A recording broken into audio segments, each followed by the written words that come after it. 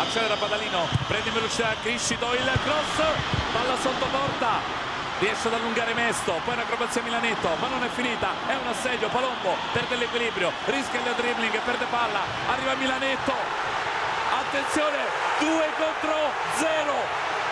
Avanza Palladino davanti a Castellazzi, porta vuota, Milito, rete,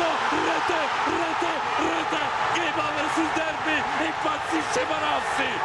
Palombo poteva allargare la palla, voleva calciare in porta, contrasto, in questo caso c'è stato 2 contro 1 e 2 dietro la linea del centrocampo e poi è stato altruista Padalino, al cuore di una grande gara ha dato la palla per fare la tripletta a Milito, migliore in campo, 3 gol, strepitoso.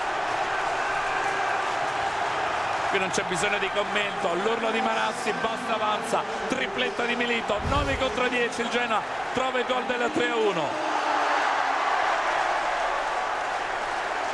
Aspetta, guarda perché deve essere al di là della palla.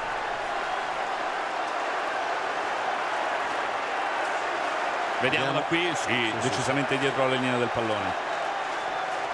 Tutto regolare qui, terzo gol del Genoa che cala il sipario su una partita di straordinaria intensità. Il Genoa a un punto dalla Fiorentina.